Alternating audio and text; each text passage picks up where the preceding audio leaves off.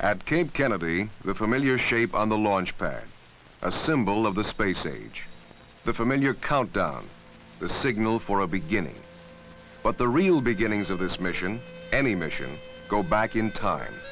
A time when only the dreamers, the visionaries, could guess at what lay ahead. By official reckoning, the beginning was in 1958. The first small steps, legislation, a new agency, a table of organization, and a determination to make it all work in a way never dreamed of before.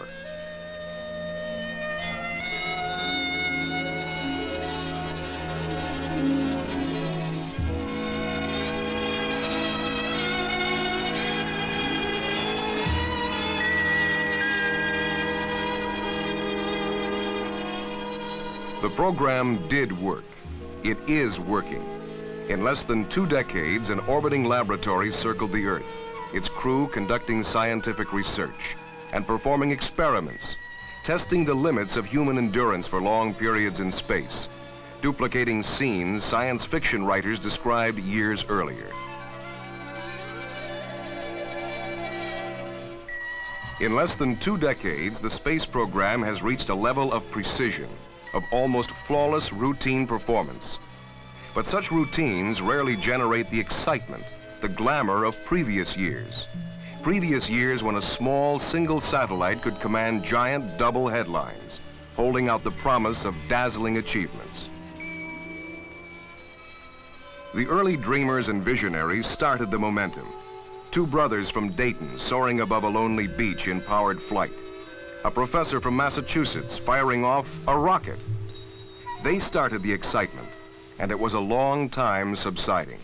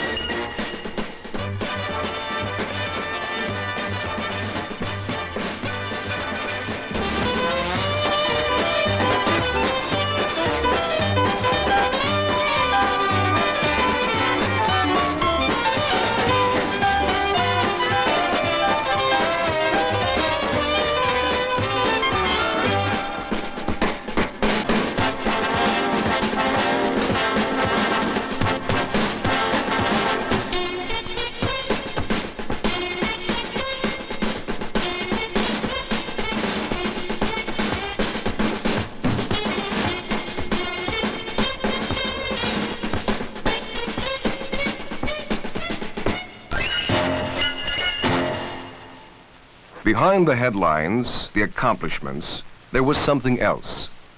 Consider the thoughts of a modern-day visionary, Isaac Asimov, scientist, writer, eclectic watcher of space progress. In any consideration of the space program, it's best not to look upon it as a succession of spectaculars, I think, or to think of it as a kind of baseball game in which that side wins who hits the most home runs.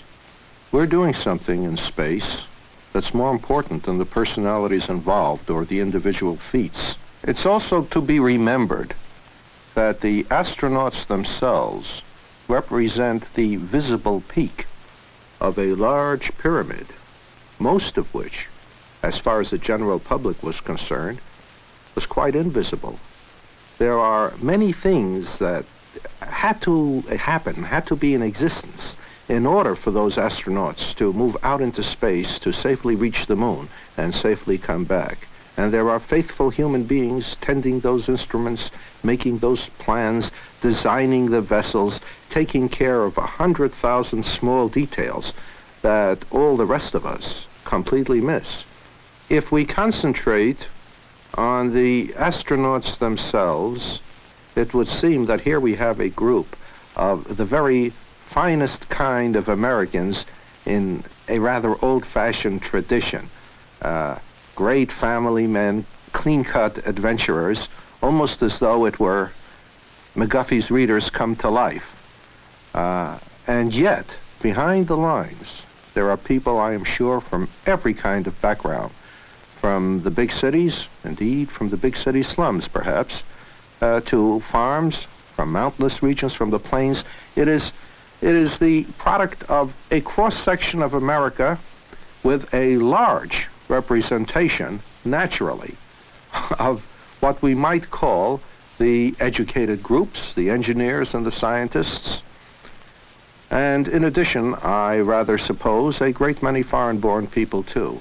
In the last analysis... And so they came, the people and the machines, marshaled and scheduled by a unique partnership of government, industry, and education. It was done because there was focus, a goal. Land a man on the moon by 1970. The goal was reached with 6 months to spare. Now the accomplishments of Apollo blend into a composite picture of success. And still our attention is riveted to the symbol, the launch. In December 1972, when Apollo 17 took off, the last of the launches that were then planned, I watched the launching at night. It was just past midnight, as a matter of fact. And I have never seen anything that was so awe-inspiring, really. It was at night, and suddenly the flames shot up, and the whole Earth lit up in a kind of pseudo-semi-daylight. The sky became a kind of tan. It was an orange light, not real daylight. But the whole world lit up in this weird light. And I had to wait a few moments before it took off. And naturally, that was a frightening thing, simply because I was watching it. Would anything go wrong? But it didn't. It took off and began to climb higher and higher and higher, and the light continued all over. We could see in every direction until finally it diminished and diminished and diminished, and the night gradually came back, and the stars gradually returned to the sky, and the sea gradually grew black. Nothing sudden, little by little, until finally Apollo 17 was just a bright star in the sky, moving, moving, growing dimmer, dimmer, dimmer, until one couldn't be sure which star it was, and all the rest was black.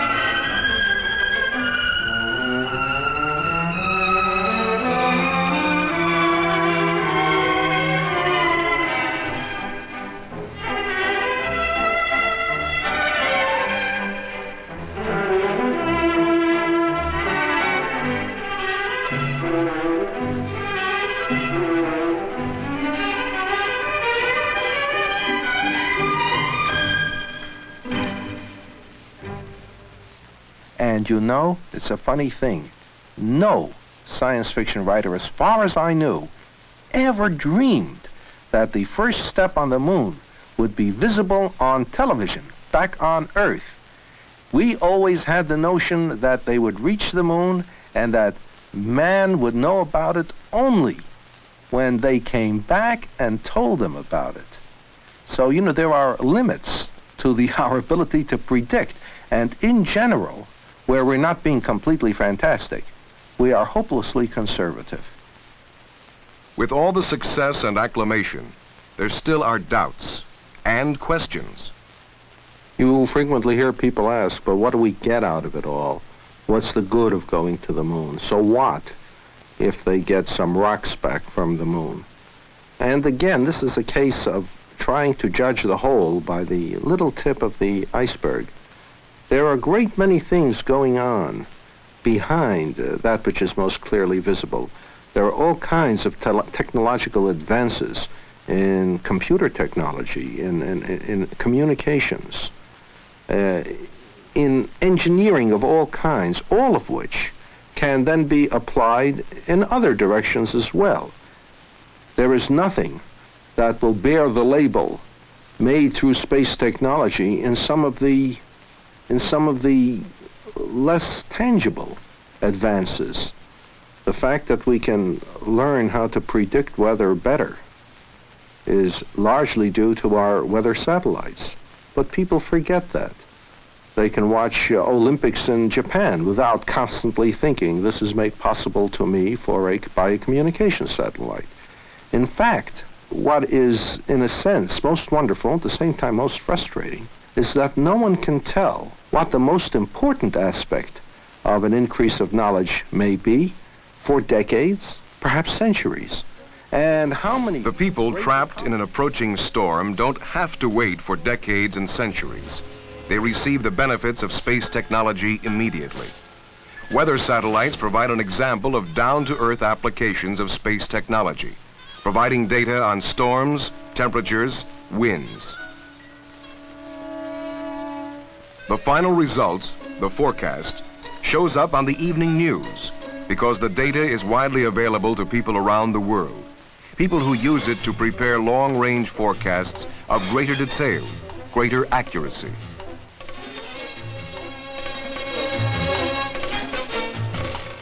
Other satellites provide other answers. Answers only dimly perceived by scientists a few years ago. Men who knew only that they had to know. The great enemy of the human race is ignorance. It's what we don't know that limits our progress. And everything that we learn, everything that we come to know, no matter how esoteric it seems, no matter how ivory towerish, will fit into the general picture, a block in its proper place, that in the end will make it possible for mankind to increase and grow, become more cosmic if you wish, become more than a species on Earth, but become a species in the universe with capacities and abilities we can't imagine now. Nor do I mean greater and greater consumption of energy or more and more massive cities. It's so difficult to predict because the most important advances are exactly in the directions that we now can't conceive. But everything we now do, every advance in knowledge we now make, contributes to that. And just because I can't see it, and I'm an expert at this, and just because I can't see it doesn't mean it isn't there. And if we refuse to take those steps because we don't see what the future holds, all we're making certain of is that the future won't exist and that we will stagnate forever. And this is a dreadful thought. And I am very tired when people ask me what's the good of it, because the proper answer is, you may never know, but your grandchildren will. Crystals from the moon provide focus for the dilemma. They yield immediate, instant information, yet they hold out the tantalizing suggestion of greater knowledge for the future.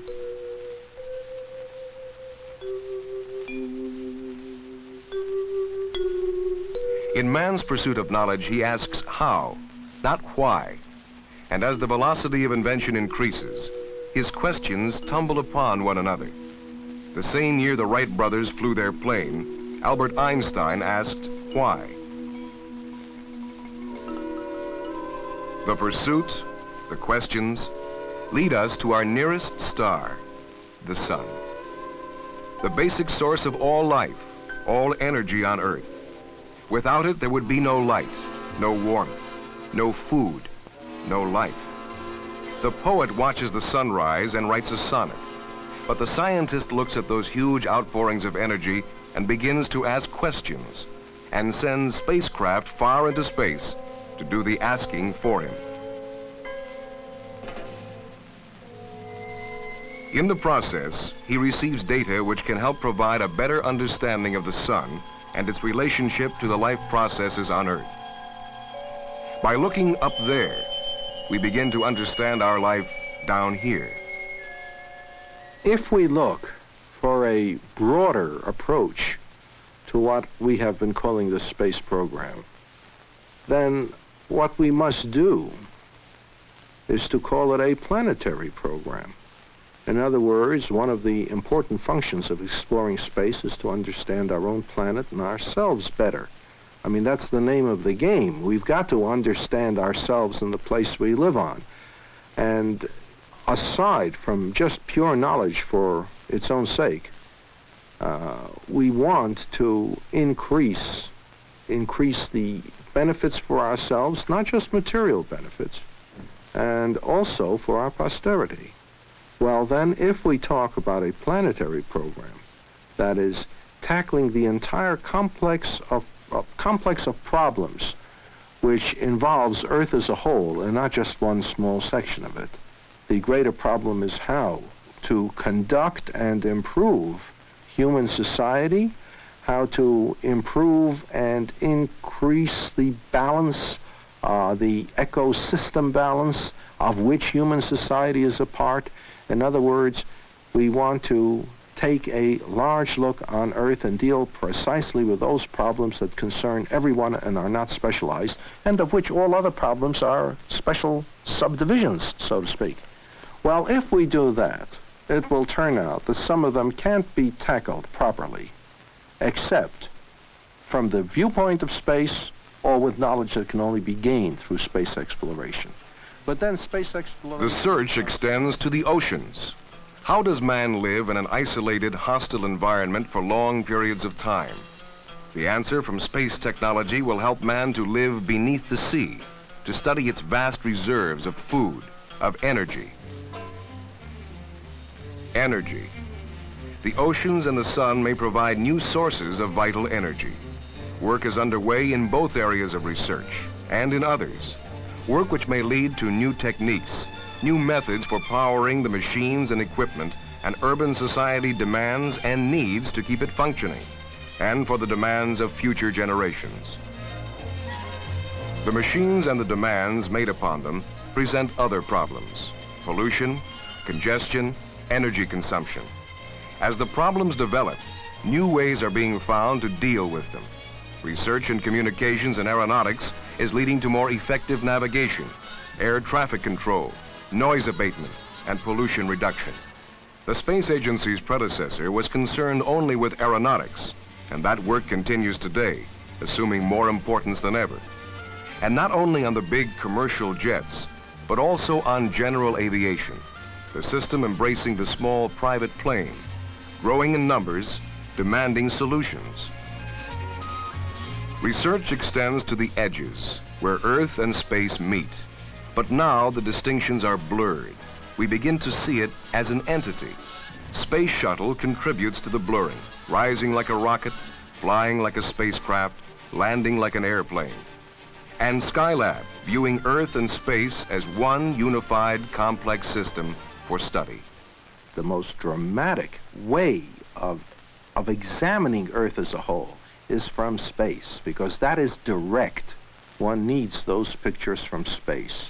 That dramatizes what otherwise we could only deduce and makes apparent to all, even those who don't think about it, that after all, there is that cloud-shrouded body, and that's all we've got so far, and we must save it. The search extends beyond ourselves, to other planets in our solar system, to Mars. The Mariner spacecraft, traveling for 6 months in the void of space, using the sun for energy, the star Canopus for guidance. The information it sent back gave us new insights into this planet which has fascinated man for centuries. It also gave us our first close look, pictures of startling clarity, pictures derived from the same technology with which we now look at ourselves. And as valuable as they are, they don't provide all the answers. Soon, another spacecraft, Viking, will land on Mars and begin a new search, perhaps ending the speculation of years, and perhaps beginning new speculation. Mars is a living world, we now know, thanks to our probes. It's geologically active, it has volcanoes, it has ravines. It may conceivably have life. I don't mean Martian princesses on 8-legged horses. What I mean is very simple forms of life in the soil.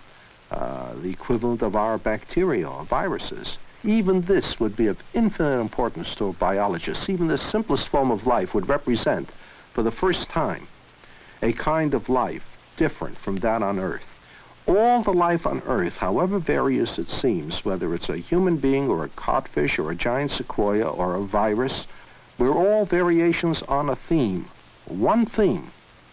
If there is any life on Mars, however simple, it will be a second theme.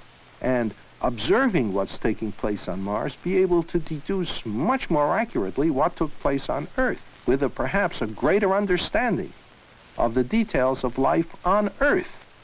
And another, Pioneer, reaching out to other planets once thought to be inaccessible, now within reach. It flies to Jupiter, takes pictures, then soars off through and beyond the solar system, beyond our comprehension of space and time.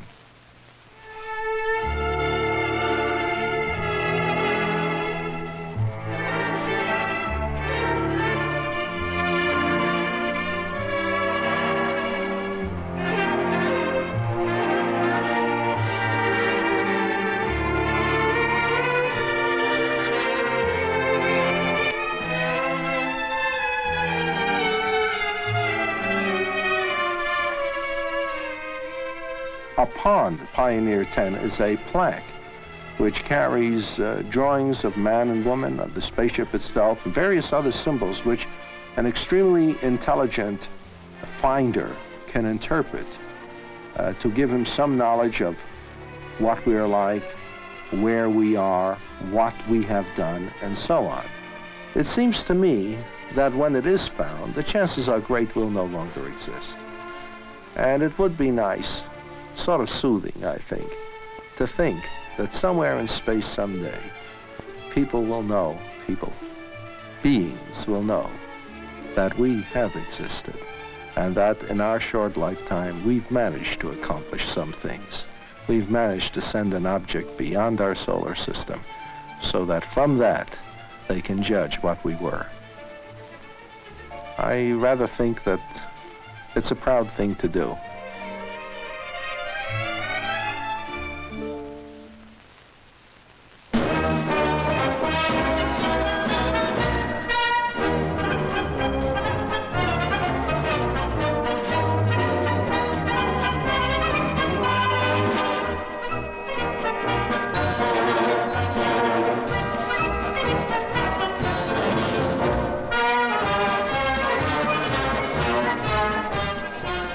Homecoming parade, along with the countdown and the launch, visible symbols of a program, an inquiry, a quest after knowledge and understanding.